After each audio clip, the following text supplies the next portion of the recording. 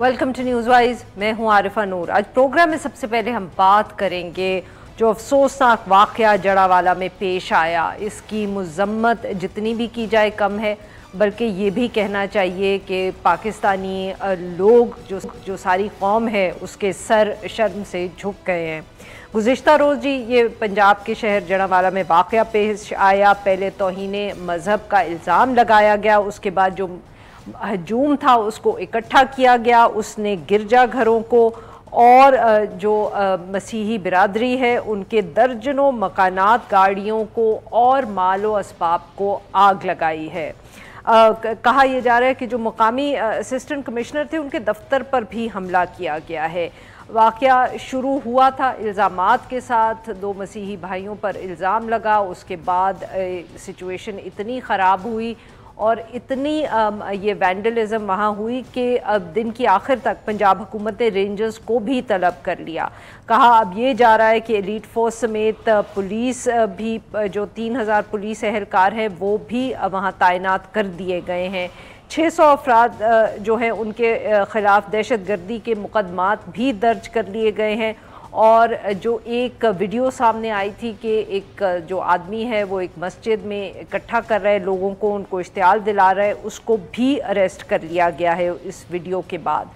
अब आज जो हुकूमत है उसकी तरफ से भी फाइनली कोई हमें रिस्पांस नज़र आया। जो निगरां वज़ीर आला है मोहसिन नकवी साहब, उन्होंने एक बैनल जो इंटर कम्यूनल हार्मनी का जिसको हम कहते हैं कि इजलास बुलाया था, उधर उन्होंने खिताब किया। उन्होंने कहा कि ये जो वाक़या है ये मनसूबा बंदी के साथ किया गया है।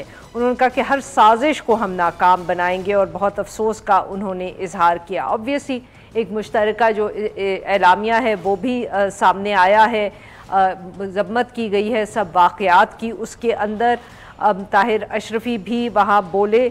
ऑब्वियसली कॉन्डमनेशन हर तरफ से आ रही है, मगर सवाल अब सब यही पूछ रहे हैं कि क्या इस दफ़े जिन लोगों ने इस तरह किया उनको सज़ा मिलेगी कि नहीं, और क्या ये सवाल भी पूछा जाएगा कि नहीं कि जब ऐसे वाक़यात शुरू होते हैं तो उस वक्त पुलिस कहाँ होती है और इतना वक्त क्यों लगता है रिस्पांस देने में। इस सारे मामले पे गुफ्तगू करने के लिए आज हमारे मौजूद है बिशप नदीम कामरान साहब, he is the bishop of Lahore, और हमें ज्वाइन करें काशिफ हुसैन लाशारी साहब, नुमाइंदा हैं Dawn news Faisalabad. Welcome to the show gentleman. Kashif साहब आपसे आगाज़ करेंगे शो का। ये बताइएगा सर, क्या तफसीलात सामने आई हैं और ख़ास तौर पे इस पे कि जब ये एक सिचुएशन डेवलप हो रही थी और सब लोगों को अंदाज़ा था कि सिचुएशन ख़राब हो रही है, तो तब इसको रोका क्यों नहीं गया? 24 घंटे नुकसान होता रहा, उसके बाद रेंजर्स भी कॉल हुई और उसके बाद सारी एक्टिविटी और एक्शन हमें रियासत की तरफ से रिस्पांस नज़र आया। Thank you Arfa. सबसे पहले तो मैं ये बताना चाहूँगा कि डिटेल तो वही हैं जो आपने अभी डिस्कस की हैं, मोस्टली इसी तरह की हैं। और मेरा ख्याल है कि यहाँ पर सबसे बड़ी रिस्पॉन्सिबिलिटी जो बनती थी इस वाक़े को रोकने के लिए और ये नुकसान कम से कम हो सकता था, वो पुलिस की थी और जो इंतजामिया है वहाँ पर उसकी थी। और नॉन सीरियस बिहेवियर जो है वो पुलिस की जानिब से दिखाया गया, क्योंकि 8:30 बजे का ये वाक़या शुरू होने वाला था कि 8:30 बजे कुछ लोग एक मजहबी सियासी जमात के वहाँ पर जमा हुए सिनेमा चौक में, और उन लोगों ने इल्ज़ाम लगाया कि इस तरह से कुरान पाक की बेहरमती हुई है मुबैना तौर पे, और उन्होंने पुलिस को कॉल की। और पुलिस की जानिब से मैक्सिमम 2 जो एहलकार थे वो मौका पे आए और उनको कहा कि आप हमारे साथ थाने आए और दरख्वास्त दें और उसके बाद हम अगली कार्रवाई करेंगे। इसी असना में जो है वहाँ पर उन लोगों ने मसाजिद में ऐलान करवाना शुरू कर दिए और 1 घंटे के अंदर अंदर 9:30 बजे तक जो स्पेशल ब्रांच की रिपोर्ट है उसमें ये लिखा गया है कि 9:30 बजे तक 1 घंटे के अंदर लोगों ने ऐलानात करवा दिए थे मसाजिद में, जड़ावाला तहसील में भी और उसके जो सर माफ करिएगा मैं आपकी ये बात यहाँ काट रही हूँ। ये आप सुबह 8:30 और सुबह 9:30 की बात करें कि ये वाकया इतनी सवेरे शुरू हुआ, और कुछ लोग तो ये भी कहते हैं कि शाम को इतलात आ गई थी कि दूसरे दिन ये सब होने लगा है। जी बिल्कुल, इस तरह की इतलात जो है वो हमारे पास भी हैं, लेकिन जो मैं आपको ऑफिशियली जो स्टेटमेंट है पुलिस का भी और जो स्पेशल ब्रांच की रिपोर्ट है उसके रिगार्डिंग ब्रांच की रिपोर्ट के मुताबिक सुबह 8:30 बजे कुछ लोग जो है वो एक चौक में जमा होते हैं और वो पुलिस को कॉल करते हैं कि यहाँ पे इस तरह से एक मजहबी कशीदगी जो है वो हो सकती है और ये वाकया मुनाफरत का पेश आया है।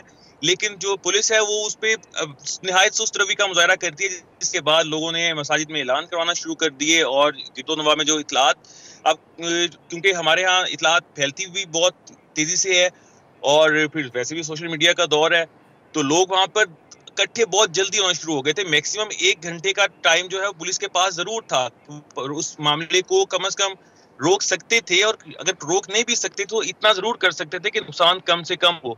और उसके बाद फिर जड़ावाला में पुलिस की नफरी भी कम थी। फिर उन लोगों ने जब ये मॉब इकट्ठा हो गया और क्रिश्चियन कॉलोनी, जिसको ईसा नगर भी वहां पे कहा जाता है, वहां पर लोगों ने उसमें जब घुस गए थे और तोड़ फोड़ और जलाओ गिराओ शुरू किया, तब पुलिस ने, जड़ावाला की जो पुलिस थी उसने फैसलाबाद पुलिस को रिक्वेस्ट की, फिर वहां से नफरी जो है मंगवाई गई। तकरीबन 40 किलोमीटर का रास्ता है और 1 घंटे से ज्यादा का वक्त जो है वो पुलिस को जाते जाते यहाँ पे लग गया। और उस दौरान तो लोग जो है वो इतने मुश्किल हो चुके थे कि वो जगह जगह पर जो चर्चिज हैं उनको भी जला रहे थे, जो लोगों के घरों में सामान था वो निकाल निकाल के जला रहे थे। लकीली इसमें कोई जानी नुकसान नहीं हुआ। और इसी असना में लोगों ने, क्योंकि जो वहाँ पे असिस्टेंट कमिश्नर थे बसी बरादरी से था, तो उनके दफ्तर में भी धावा बोला गया। और स्टेट का, अगर मैं आपको अफसोस के साथ कहना ये पड़ रहा है कि स्टेट ने लोगों जानो माल की हिफाजत करनी थी, जो अपने सरकारी अफसरान को नहीं बचा सकी इस हजूम से, उनको अपना ऑफिस छोड़कर भागना पड़ा वहां से और अपनी जान बचानी पड़ी। सही। बहुत बहुत शुक्रिया काशिफ साहब, आपने हमारे लिए वक्त। नाजरीन, या अब हम बात करेंगे बिशप नदीम कामरान साहब से। Thank you for joining us sir. आप समझ नहीं आता कि आपसे क्या कहें सर, बताइए, बट कैसे आप देख रहे हैं सारे वाक़े को? देखें जी, ये बड़े अफसोस की बात है और ये पहली दफ़ा पाकिस्तान में नहीं हुआ। कभी शांति नगर को जलाया जाता है और अब जड़ावाला के साथ भी ऐसा ही हुआ है। पिछले दिनों में हम कुरान मजीद के जलाए जाने पर आवाज़ उठा रहे थे, इंटरनेशनल कम्युनिटी से हम कह रहे थे कि ऐसे कवानीन बनाए जाएं कि इसकी रोकथाम की जाए। और वही वक्त हमारे अपने मुल्क में आ गया कि अब दर्जनों चर्च जलाए गए हैं, बहुत सारी बाइबल मुक़द्दस जो है उनकी बेहुरमती हुई, उनको जलाया गया, लोगों को बेघर कर दिया गया और लोगों के घर जला दिए गए। तो ये एक बड़ी बेयकीनी की जो सूरत हाल है वो पैदा हुई है। और मैं समझता हूँ कि पूरी कौम इस वक्त, मसीही जो लोग हैं पाकिस्तान के, वो खौफ व हरास में है और उन्हें कोई ऐसी उम्मीद नज़र नहीं आती कि आने वाले दिनों में भी क्या ऐसा ही होता रहेगा और क्या हम इसी कसम पुरसी की जो ज़िंदगी है वो बसर करते रहेंगे। कहाँ से ऐसी बात आएगी कि हमें तहफ़्फ़ुज़ मिलेगा? जब हम इदारों की बात करते हैं तो उस वक्त बात यही है, ठीक है अदारे पहुँचते हैं लेकिन लेट पहुँचते हैं। जब बहुत कुछ हो जाता है तो उस वक्त पहुँचने का क्या फ़ायदा होता है? तो हमारी तो यही हुकूमत वक्त से मुतालबा है कि मसीही लोगों को, मिनॉरिटीज़ को पाकिस्तान में तहफ़्फ़ुज़ दिया जाए और हमारी जानो माल और हमारे चर्चिस का और बाइबल मुक़द्दस और जितनी भी अपना इल्हामी किताबें हैं उनका तहफ़्फ़ुज़ किया जाए, उन्हें तहफ़्फ़ुज़ दिया जाए, ताकि सिक्योरिटी की जो फ़ज़ा है, तहफ़्फ़ुज़ की जो फ़ज़ा है वो पाकिस्तान में कायम हो। और मुझे बड़ा अफसोस है कि मसाजिद में ऐलानात हुए और लोग इकट्ठे हुए और घेराव और जलाओ की सारी बातचीत सामने आई, जबकि मैं समझता हूँ कि मसाजिद से अमन और मोहब्बत का पैगाम आना चाहिए। मगर अफसोस कि हमारे यहाँ पर बहुत चीज़ें जो हैं वो फ़र्क हैं और मैं समझता हूँ कि ये चीज़ें जो हैं वो अमन के लिए हमें आगे बढ़ने से रोकती हैं। हम अब इंटरनेशनल कम्युनिटी को कह सकते हैं कि जी आप ऐसे कवानीन बनाएं, आप इस तरह से करें, आप हमारे दुख को समझें। अब तो हमारे एक तरह से हमें उन्होंने अपना पूरी पाकिस्तानी कौम को मैं समझता हूँ कि उन्होंने नुकसान पहुँचाया है। और मैं समझता हूँ कि जो बीज पिछली कई दहाइयों से बोया गया है अब उसकी फसल हम काट रहे हैं। और अब इसका मैं समझता हूँ कि यही हाल है कि जैसे बीज बोया गया है अब उसी तरह से एक अच्छा बीज बोया जाए, मोहब्बत का बीज बोया जाए। बिल्कुल ठीक सर, माफ करिएगा आपकी मैं बात यहाँ काट रही हूँ, बट क्योंकि वक्त जरा कम था सेगमेंट का, कि क्या जब आपकी मुलाकात हुई ऑब्वियसली चीफ मिनिस्टर साहब से भी, और वो क्या उन्होंने कोई ये कमिटमेंट की है कि जिन लोगों से ये गलती हुई है, ना सिर्फ वो लोग जिन्होंने ये सब किया मगर वो एडमिनिस्ट्रेशन के भी लोग या पुलिस के भी लोग जिन्होंने इसको रोका नहीं, कि उनको भी अकाउंटेबल ठहराया जाएगा? सीएम साहब ने इस बात की यकीन दहानी कराई है कि हम इसको बड़ा सीरियसली लेंगे और जिन्होंने ये सारी शरारत की है, जिनकी वजह से ये सब कुछ हुआ है, हम उन्हें जरूर कैफे तक पहुंचाएंगे। लेकिन जहां हम अपना बात करते हैं इदारों की, तो अभी जैसे बात कर रहे थे काशिफ साहब कि जरावाला में पुलिस नफरी बहुत कम थी। अब जब वहाँ पर कम थी और अगर छोटी चिंगारी वहाँ सुलझ रही थी, तो हमें चाहिए था कि हम पहले से इंतज़ाम करते, पहले से फैसलाबाद से या कहीं और शहर से हम पुलिस को बुलाते ताकि ये इतना बड़ा हादसा ना होता। बहरहाल आज सीएम साहब की जो मीटिंग हमारे साथ हुई है उसमें उन्होंने हमें तसल्ली दी है और उन्होंने हमारे साथ इस दुख में वो हमारे साथ शरीक हुए हैं। हम उनके शुक्रगुजार हैं। सर, वेरी क्विकली, कॉम्पनसेशन पे भी क्या उन्होंने कोई बात की? लोगों का बहुत नुकसान हुआ है, लोग घबराए भी हैं उनकी, क्या रियासत उस हवाले से भी हुकूमत कोई फैसले उन्होंने किए हैं? जी बिल्कुल, सीएम साहब ने कहा है कि हम 3-4 दिनों में जितना नुकसान हुआ है उसको हम पूरा करने की कोशिश करेंगे। हम लोगों को फिर से उसी तरह से बहाल करने की कोशिश करेंगे। मैं समझता हूं कि सीएम साहब का जो कंसर्न है वो बहुत अच्छा है। माली तौर पर लोग बहाल हो जाएंगे, चर्च फिर से तामीर हो जाएंगे, लेकिन जो लोगों के दरमियान खलश पैदा हुई है मुसलमान और मसीही लोगों के दरमियान, उस खलश को एक वक्त लगेगा। उसके लिए हम क्या करें? क्या अब आने वाले दिनों में मसीही लोग और वहाँ पर मुसलमान इकट्ठे रह सकेंगे? क्या उसकी कोई तहफ़्फ़ुज़ की या कोई ऐसी कोई बात हमारे सामने आती है, कोई ऐसी रेमेडी हमारे सामने आती है? बिल्कुल ठीक, बहुत बहुत शुक्रिया सर, आपने लिए वक्त निकाला। नाजरीन, यहाँ पे लेंगे हम एक छोटा सा ब्रेक, और जब हम ब्रेक से वापस आएंगे तो हम बात करेंगे जो काबीना, निगरां काबीना जो है वो उसका फाइनली आज ऐलान हो गया, और साथ में इलेक्शन कमीशन ने भी हमें बता दिया है ऑफिशियली कि अब इलेक्शन जो हैं उनमें ताख़ीर होगी। स्टे विद अस।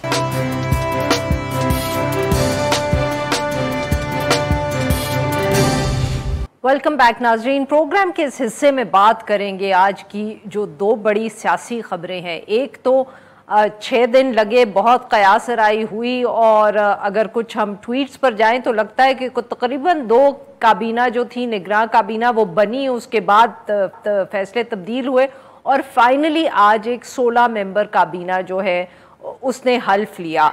और इसके साथ साथ ऑब्वियसली जो इलेक्शन कमीशन ऑफ पाकिस्तान का एक अहम फैसला सामने आया है। पहले अगर हम काबीना की बात कर लें तो बहुत कयासराई चल रही थी और बहुत वक्त भी लगा, समझ नहीं आई इतनी ताख़ीर क्यों हुई। 16 मेंबर काबीना जो है वो कहा जा रहा है आज उसने ओथ टेकिंग उसकी हुई है। सदर ऐवान सदर में आरिफ अलवी साहब जो सदर है उन्होंने हल्फ लिया।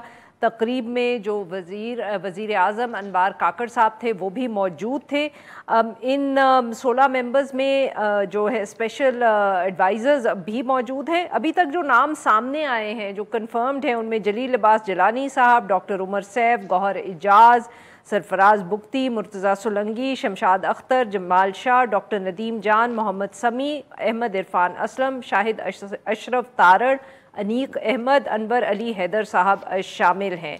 पोर्टफोलियोज जो हैं उसके ऊपर अभी भी थोड़ी सी हम कह सकते हैं इबाहम मौजूद है, बट कहा जा रहा है कि जलील अब्बास जिलानी साहब जो हैं वो वज़ारत ख़ारजा संभालेंगे, शमशाद अख्तर साहिबा जो है वो वज़ारत ख़जाना संभालेंगी, सरफराज बुख्ती साहब जो हैं वो इंटीरियर, मुर्तज़ा सुलंगी साहब वज़ारत इत्तलात, उमर सैफ साहब जो है इंफॉर्मेशन टेक्नोलॉजी, और अनवर अली हैदर साहब जो है दिफा, और इस तरह करके ये है। ऑब्वियसली जो इसमें से अहम चीज़ें हैं, सबका जो ख्याल था या ध्यान था वो सिर्फ वज़ारत ख़जाना और एनर्जी पे था। उधर शमशाद अख्तर साहिबा और मोहम्मद अली साहब आए हैं, और बाकी अब हम देखते हैं आहिस्ता आहिस्ता तफसील सारी सामने आएगी।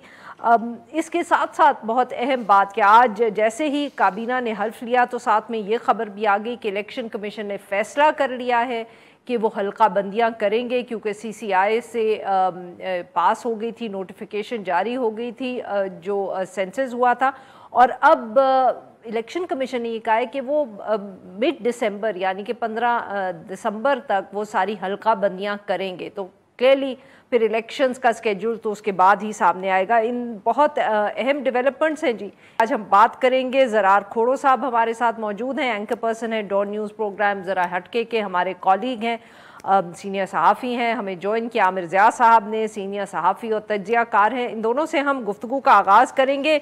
जी आमिर साहब, आपसे सर आगाज़ करते हैं। वक्त लगा काफ़ी सर काबीना बनने में, बट क्या नामों से भी आप सरप्राइज हुए या सिर्फ जितनी ताख़ीर हुई आप उस पे ही, I mean that came as a surprise to you? देखिए, हीरे मोती जमा करने में कुछ ना कुछ वक्त तो लगता है आरफा साहिबा। तो उसमें ये नहीं हो सकता कि आप एकदम मतलब है कि मुट्ठी भर के लाएं और लोगों को बिठा दें। जाहिर है कि बड़ा गौर व फिक्र किया गया होगा, इतने अच्छे अच्छे नाम सामने आए हैं। और इसमें वैसे ऑन अ सीरियस नोट कुछ लोग जो हैं वाकई मतलब है उनके बारे में नाम पहले से गर्दिश में थे। शमशाद अख्तर साहिबा का जैसे मैं नाम लूंगा, पहले भी वो कहते हैं केयर टेकर फाइनेंस मिनिस्टर रह चुकी हैं, कदावर नाम है, मल्टा नेशनल इदारों में काम किया है, उन्हें तजुर्बा है मतलब है इनसे डील करने का भी। और इस वक्त जो IMF की सख्त कंडीशंस हैं उसके लिए एक बड़ा मौजू नाम है। अब वो चाहे हफीज शेख होते ये हों, मतलब है दोनों बड़े आराम से मैनेज कर सकते हैं। तो शमशाद अख्तर साहिबा के नाम पूरा निकला, अच्छा है। गवर्नमेंट स्टेट बैंक रह चुकी हैं, जहाँ जहाँ इन्होंने कॉर्पोरेट सेक्टर में काम किया, अच्छा नाम है। फिर जैसे बहुत सारे लोग तवक्को कर रहे थे ताबिश गौहर की, उनकी जगह कोई और नाम आ गया, ठीक है ना। तो वो खैर फर्क नहीं पड़ता। मैं समझता हूँ कि निस्बतन मतलब अगर आप देखें 2-4 लोगों पे तो जाहिर है कि सबको इतराज हो सकता है। ज़रार खोड़ो की लिस्ट में 2-4 लोग कुछ और होंगे, मेरी लिस्ट में कुछ और मुतनाज़ा होंगे, लेकिन कोई हमें इस पे ताज्जुब नहीं होना चाहिए जिस तरह के लोग आए हैं। बिल्कुल ठीक सर। वैसे आपने इतनी तफसील से बात कर दी, अभी तक ये नहीं बताया कि आपकी लिस्ट में नाम कौन से हैं। मुझे तो खैर अभी पता चले पहले ज़रार से जरा पूछ ले। जी ज़रार साहब, आपकी लिस्ट में कौन से नाम थे? आमिर साहब ने जिक्र तो कर दिया कि इनडायरेक्टली कि वो डिसअपॉइंट हुए, उनकी लिस्ट मुख्तलिफ थी, मगर उन्होंने नाम नहीं बताया। अब आप बता दें। मेरे पास तो एक भी बंदा लिस्ट में नहीं था, फ्रैंकली स्पीकिंग। इतनी बातें हो रही थी ना आरफा, और मेरा ख्याल है कि तकरीबन तमाम स्पेकुलेशन ही गलत साबित हुई है। एक चीज़ मैं कहूँगा कि काफ़ी क्लोजली गार्ड किया हुआ था सारी लिस्ट का, सारी लिस्ट में जितने भी नाम हैं लीक्स ज़्यादा नहीं आए थे। तो इसलिए हमने तो फैसला किया था मैंने शो पे कि हम स्पेकुलेट करेंगे ही नहीं, क्योंकि हमें ऑनेस्टली स्पीकिंग हमें कुछ पता ही नहीं था कि कौन आ रहा है। और जो मेरे लिए जो ज़्यादा अहम सवाल ये है कि कौन आ रहा है इतना नहीं, कब तक बैठे रहेंगे। अब मैं जानता हूँ कि वो तो आज आपको जवाब वो मिल गया है कुछ यार, मतलब हाँ जी वो तो सही है, नहीं जवाब तो दे दिया है, लेकिन देखें उसकी तामीर होने तक भी एक सवालिया निशान तो रहता है ना हमेशा जहन में, और ख़ास तौर पर इस मुल्क में जब हमें पता है कि कभी भी कुछ भी हो सकता है। तो बिल्कुल मैं चाहूँगा कि ये बातें, ये ऐसे ही चीज़ें अनफोल्ड हों, और जो अभी जो मुमकिन लग रहा है, मेरा ख्याल है कि फरवरी मार्च तक की बात हो रही है। आई होप ऐसा हो, लेकिन होने के लिए तो कुछ भी हो सकता है ना यहाँ पे। तो अगेन अब इतना भी मुझे पता है कि आज से लेके जब तक इलेक्शन होती नहीं है तो तकरीबन हमारा हर दिन का मौजू यही होगा कि क्या इलेक्शंस बाकी होंगी या नहीं होंगी। इतना बेचैनी की जो माहौल है यहाँ हमारे इस मुल्क में। मैंने जहाँ तक वफाकी काबीना की बात है तो मैंने एक छोटी सी स्क्रिप्ट तैयार की है, और वो सिर्फ ये है कि मैं निगरान हुकूमत और हमारे प्यारे पाकिस्तान की कामयाबी के लिए दुआ गो हूँ, और मेरा ख्याल है कि यहाँ तक ही बंदे को रहना चाहिए। एक अफसोस की बात हमेशा रही है कि कभी किसी लिस्ट में मेरा नाम तो आया ही नहीं है, तो मैं भी ये सोचता हूँ कि जी बिल्कुल एक दिन तो मेरा नंबर आएगा। ज़रार साहब, ये आपकी जो अपनी जाती डिसअपॉइंट है इसको हम डिस्कस करते हैं, but after a short break. नाज़रीन please stay with us.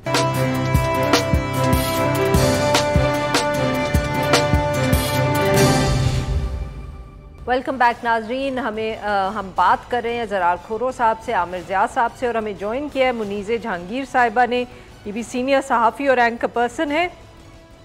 Welcome to the show Muneeze साहिबा। मुनीज़े साहिबा, फाइनली जो निगरान काबीना है सामने आ गई, साथ में इलेक्शन कमीशन ने भी ऐलान कर दिया है। आप किस तरह देख रही हैं इस काबीना को? How surprising was it for you, जिसको हम कहते हैं, क्योंकि इतने दिनों से कयासराई हो रही थी और इतने नाम सामने आए थे कि हर किसी का ख्याल था कि उनको मालूम है कि काबीना में कौन आ रहा है। जी, इसलिए हर किसी का ख्याल था कि काबीना में कौन आ रहा है, क्योंकि बहुत सारे लोगों को फोन कॉल्स गए थे और ये दुरुस्त बात है कि इस्लामाबाद में बहुत सारे लोगों को फोन कॉल्स गए थे और एक शॉपिंग हो रही थी कि काबीना में कौन होगा कौन नहीं होगा। कई लोग जो थे वो उम्मीद से थे और आज मुझे मालूम है कि कई लोगों के को ज़रूर मायूसी हुई होगी, क्योंकि एक ही स्लॉट के लिए 2 से 3 लोग, शायद इससे भी ज्यादा जो है उनसे बात की गई थी। तो शायद यही वजह है कि आज एक्सपेक्टेड था कि बहुत सारे लोग ये कह रहे थे कि जी अब लॉ मिनिस्ट्री के ऊपर भी मुझे मालूम है कि 2 से 3 लोगों से बात की गई थी। तो इसीलिए सरप्राइजिंग इस तरीके से है कि कुछ नाम तो सामने थे, जिस तरह सरफराज बुख्ती साहब का ऑलमोस्ट एक्सपेक्टेड था कि वो होंगे, फिर शमशाद अख्तर साहिबा का भी एक्सपेक्टेड था कि वो होंगे, मगर हफीज शेख साहब का क्या हुआ? उनका नाम तो निगरान वज़ीर आज़म के तौर पर भी आ रहा था, क्या उन्होंने रिफ्यूज कर दिया फाइनेंस मिनिस्ट्री या उनको ऑफर ही नहीं हुई? ये जो सवाल है इसका जवाब नहीं मिलता। कई ऐसे लोग हैं जो वाज़े तौर पे ऐसा लगता है कि शहबाज शरीफ साहब ने ही उनको नॉमिनेट किया होगा, और कई ऐसे हैं जिनको पाकिस्तान पीपल्स पार्टी ने नॉमिनेट किया है, मगर कई ऐसे हैं जिन जो बिल्कुल ही, और मैं बशमूल वज़ीर आज़म का ये कहूँगी जो इस वक्त निगरान वज़ीर आज़म है, उनको किसी पॉलिटिकल पार्टी ने नॉमिनेट नहीं किया, मगर गैर सियासी लोगों के वो नुमाइंदे हैं। सही। आमिर साहब, आपने मुनीज़े साहिबा की बात सुनी, क्योंकि ये भी सर बहुत कयासराई हो रही थी और वो मोरलेस उसको कंफर्म कर रही हैं कि ये जो पाकिस्तान पीपल्स पार्टी और पाकिस्तान मुस्लिम लीग नवाज़ हैं, इनके भी कहीं ना कहीं से इनके करीब जो लोग हैं वो इस वक्त हमें इस काबीना में नज़र आ रहे हैं। यानी कि पीडीएम का, क्या हम ये कहें कि पीडीएम की in a way influence if not government continues? पहली बात थी कि जो बहुत सारे नाम तेरे गर्दिश थे उसमें से सिर्फ मैं देख रहा हूँ 2-3 नाम है इस पूरी लिस्ट में जो अभी तक लिस्ट सामने आई है, ठीक है ना। उसमें से बिल्कुल दुरुस्त है कि बहुत सारे जो हैं वो बिल्कुल जिनके बारे में हम सोच भी नहीं रहे थे। अच्छा, जो मुजाहरे के बाज़ लोगों की हमें पता है कि उनकी पोलिटिकल एफिलिएशन या दोस्तियां जो हैं या झुकाव जो है या राब्ते जो हैं कुछ किसी न किसी पोलिटिकल पार्टी के साथ हैं, तो आए हैं। लेकिन मैं समझता हूँ कि उनका हिस्सा जो है बकदर इश्क बुलबुल है। ज़्यादातर वो लोग आए कि जो मतलब है उनकी एलिजेंस जो है किसी सियासी जमात के साथ नहीं है, वफादारी उनकी ना शहबाज शरीफ साहब के साथ है और ना पाकिस्तान पीपल्स पार्टी के साथ है या नवाज शरीफ साहब के साथ है। उन लोगों की मैं इस काबीना में अक्सरियत देख रहा हूँ। और जो नीम पुख्ता किस्म के आए हैं पीपल्स पार्टी के, जिसको कहा जा रहा है कि मुबैना तौर पर हमदर्द हैं या नून लीग के हमदर्द हैं, तो वो भी मतलब है कोई, वो कहते हैं हार्ड बॉइल्ड एग नहीं है वो, कि बिल्कुल उनके साथ कमिटमेंट वाले लोग आ गए ना। ठीक है, उनके नॉमिनी आ गए हैं, लेकिन फिर जाहिर है कि जब चीज़ें जिस तरफ कहते हैं हवाओं का रुख होता है उसके हिसाब से चल रहे होते हैं। तो एक दिलचस्प तजर्बा हो रहा है इस वक्त हमारे सामने। और इसमें सबसे बड़ी बात ये कि जो नाम तेरे गर्दिश में देख रहा हूँ, फॉरेन मिनिस्टर का आप नाम हमें पता था कि जी जलील साहब का फॉरेन वो प्राइम मिनिस्टर के लिए भी लिया गया था, आज वो फॉरेन मिनिस्टर आ गए। शमशाद साहिबा पे हमें ताज्जुब नहीं होता, ठीक है ना। इसी तरह 1-2 नाम और हैं, बाकी नाम तो बिल्कुल जिस तरह ताकर साहब का नाम आया ना एकदम उसी तरह के नाम आए हैं। अक्सर नाम जो है मेरा कहना है। जी बिल्कुल सही। जी ज़रार साहब, ये जो बात की आमिर साहब ने के और मुनीज़े साहिबा ने कि 2-2, 3-3 लोगों को अप्रोच किया गया, और सर तो उससे हम क्या ये हम कर सकते हैं कंक्लूड या गैस कर सकते हैं कि शायद जिन्होंने भी फैसले किए वो भी कुछ they were also a bit confused कि किसको लेना है किसको नहीं लेना। देखिए, मेरा ख्याल है कुछ हद तक तो ये कन्फ्यूजन और ये प्रोसेस तो होती है ना, लेकिन देखिए कुछ ऐसा है ना कि अगर फ़र्ज़ करें कि आपके घर पे कोई बहुत बड़ी दावत है और आप डिसाइड कर रहे हैं कि क्या क्या खाने पकने हैं, तो ज़ाहिर है कि सबकी एक कोई ना कोई फरमाइश तो आती है। अच्छा, जैसे अभी मुनीज़ा साहिबा ने इशारा किया था कि जो हमारे जो के निगरान वज़ीर आज़म हैं वो बाप पार्टी के हैं, और हमें इतना तो पता है कि ये फ़ैसला बाप के बाप यानी दादा जान ने किया है। लेकिन इसका ये मतलब नहीं है कि घर के जो दूसरे फ़र्द होते हैं उनकी बिल्कुल कोई से नहीं होती। वो कहते हैं कि यार ठीक है जी, अगर आपको मटन कोरमा चाहिए तो मुझे साथ में काबुली पुलाव भी एक डिश करा दें। तो एक छोटी सी कॉम्प्रोमाइज़ कैबिनेट तो है, और आई थिंक ये वाज़ेह है आपकी चॉइसेस में जो आपके सामने है। मेरे लिए अगेन जो ज़्यादा अहम सवाल मेरी नज़र में जो है वो ये है कि ये कब तक बैठे रहेंगे। अगेन मुझे पता है कि इलेक्शन कमीशन की तरफ से आ गया है, मौलाना सनाउल्लाह का भी आप क्लिप चला रहे थे, लेकिन बातें तो हमने बहुत सुनी है, हम दिहाइयों से ही सुनते आ रहे हैं और हम देखते हैं कि अक्सर कहा कुछ जाता है और किया कुछ और जाता है। तो अब आई डोंट नो कि मैं पैरानॉइड हो रहा हूँ या मैं बहुत ज़्यादा सिनिकल हो रहा हूँ, लेकिन मेरा ख्याल है इस मुल्क में रहते रहते थोड़ी बहुत पैरानोया और सिनिसिज्म तो बनती है। जी बिल्कुल ठीक। मुनीज़ा साहिबा, यही जो आपने भी बात की या जो बाकी भी कर रहे हैं, तो क्या हम ये समझें कि PMLN और PPP का बाय इन है इन दिस केयरटेकर कैबिनेट? देखिए, अगर आपने सवाल पूछा कि क्या पाकिस्तान पीपल्स पार्टी और PMLN का स्टेक इसके अंदर है, तो जरूर ऑफ कोर्स उसके अंदर है, मगर किस हद तक है, that is a very big question mark. और ज़रार जिस तरह ये कह रहे हैं कि ये जो काबीना आई है, क्या ये नवंबर तक आई है, क्या ये फरवरी तक आई है, क्या इसके बियॉन्ड आई है, that is a very difficult thing to say at this point. मगर बहुत सारे लोगों के अंदर ये खदशा पाया जाता है कि अगर नवंबर से मामला आगे चले जाएं तो फिर ये मुमकिन है कि इलेक्शंस मजीद मुलतवी हो जाएं। अब सेनेट इलेक्शंस भी तो आने हैं, उनका क्या होगा? तो बहुत सारे लोग इसी काबीना में जब हम उनसे बात करते थे, वो ये कहते थे कि ये एक ऑर्डिनेंस की मार है।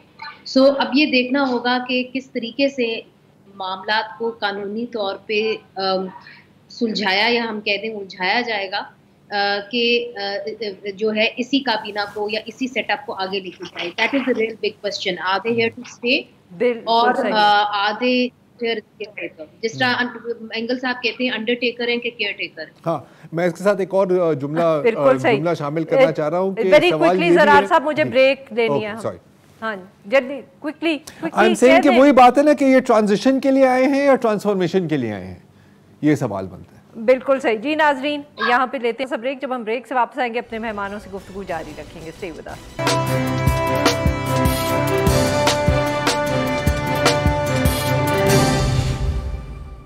वेलकम बैक नाजरीन। हम गुफ्तगू कर रहे हैं आमिर ज़िया साहब से और ज़रार खोरो साहब से। जी आमिर साहब, ऑब्वियसली जैसे अभी ब्रेक पे जाने से पहले ही बात हो रही थी कि अब काबीना भी आ गई, काबीना क्या फ़ैसले करती है नहीं करती ये तो हम कुछ दिनों बाद देखेंगे, मगर जो इलेक्शंस की ताख़ीर का सवाल है सर, क्या आप इसको कोर्ट में जाते हुए देखते हैं इस मामले को?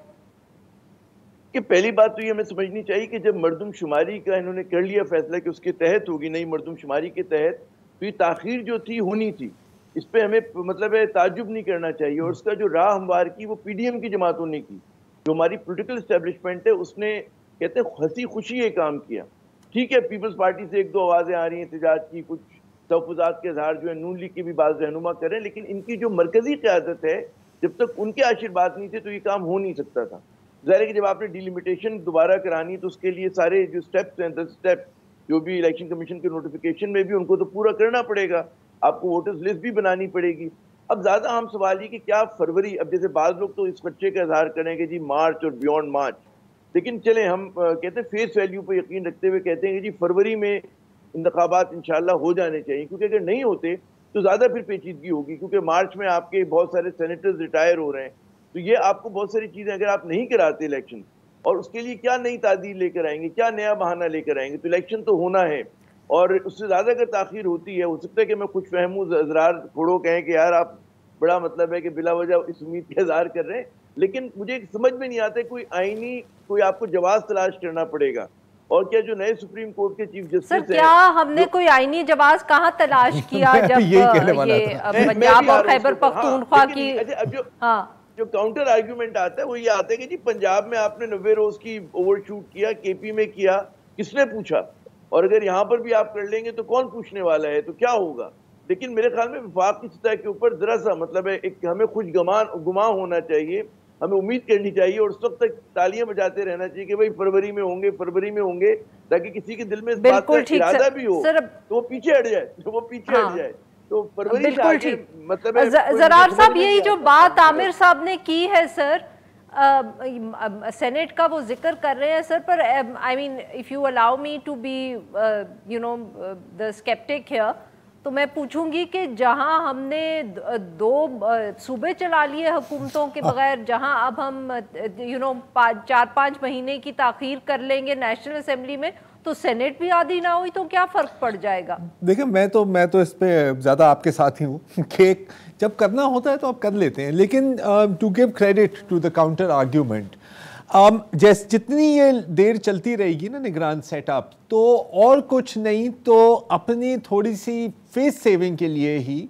तो पाकिस्तान पीपल्स पार्टी या मुख्तलिफ जमातें शोर मचाएंगी। ये कुछ ऐसे, आमिर भाई शायद आप इससे रिलेट कर सकें कि जब बचपन में स्कूल में कॉलेज में आपका फड्डा होता था ना किसी के साथ, और आपका कोई दिल नहीं चाह रहा होता था कि मैं लड़ूं, क्योंकि आपको पता लगता था, आपको पता था कि बंदा तो ठीक ठाक खट्टा कट्टा है, मेरी कुट लगा देगा, तो आप खुद ही किसी अपने दोस्त का हाथ पकड़ते थे और कह रहे थे कि मुझे रोक लो, मुझे रोक लो, और फिर कहते थे कि यार अगर इस बंदे ने नहीं रोका होता ना तो तू देखता मैं तुम्हारे साथ क्या करता हूँ। तो मेरा ख्याल है कि जो अभी जो पोलिटिकल प्रोटेस्ट आएंगी, अगरचे ये चीज़ डिले हुई एंड अनकॉन्स्टिट्यूशनली इसको एक्सटेंड किया गया, तो इस तरह की आवाज़ें आएंगी, लेकिन मेरा ख्याल है कि उनको ये भी पता होगा कि अगर वाकई फड्डे का वक्त आ गया तो कुट लगनी है।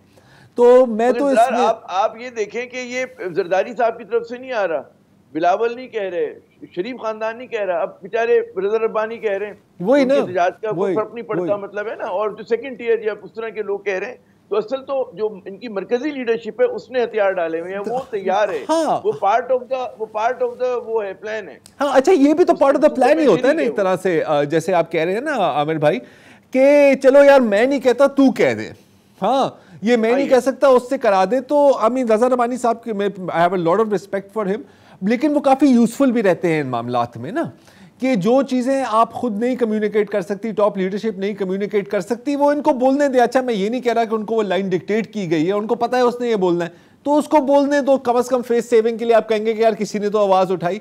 लेकिन जाहिर है कि without a buy in from the top leadership ये नहीं हो सकता। तो अब मतलब भोला बनना और कहना कि नहीं जी ये हो गया है, हमें तो पता ही नहीं था, मेरा नहीं ख्याल कि कोई इस चीज़ को मानेगा। मेरे लिए जो इंटरेस्टिंग सवाल है, जो मेरा ख्याल है कि आने वाले दिनों में हमें इस पर थोड़ी सी बहस करनी होगी कि किस किस्म की पॉलिटिकल एनवायरनमेंट होगी जब ये इलेक्शंस लॉन्च किए, जब इलेक्शंस होंगे, पीटीआई को कितना खुला हाथ मिलेगा और पीटीआई को उस वक्त क्या हाल होगा, एंड क्या हम वही देखेंगे कि यार ये जो इंडिपेंडेंट पावर प्रोड्यूसर्स हैं, आईपीपी इस्तेकाम पाकिस्तान पार्टी, उनको उनके कुछ मुंह में निवाला दिया जाएगा, परवेज खटक की जो पता नहीं क्या है पीटीआई पार्लियामेंटेरियन, यू नो, तो ये हमें देखना होगा। क्योंकि मुझे तो लगता है, अब अगेन अगर मैं अपने दिमाग से पूछूं, मेरा दिल कुछ और कहता है, लेकिन मैं अपनी दिल की बात नहीं सुनता, मुझे तो लगता है कि वही जो बहुत शुक्रिया हमारे दो मेहमान, उन्होंने हमारे लिए वक्त निकाला। नाजरीन, आज के लिए बस इतना ही। We'll be back tomorrow at the same time.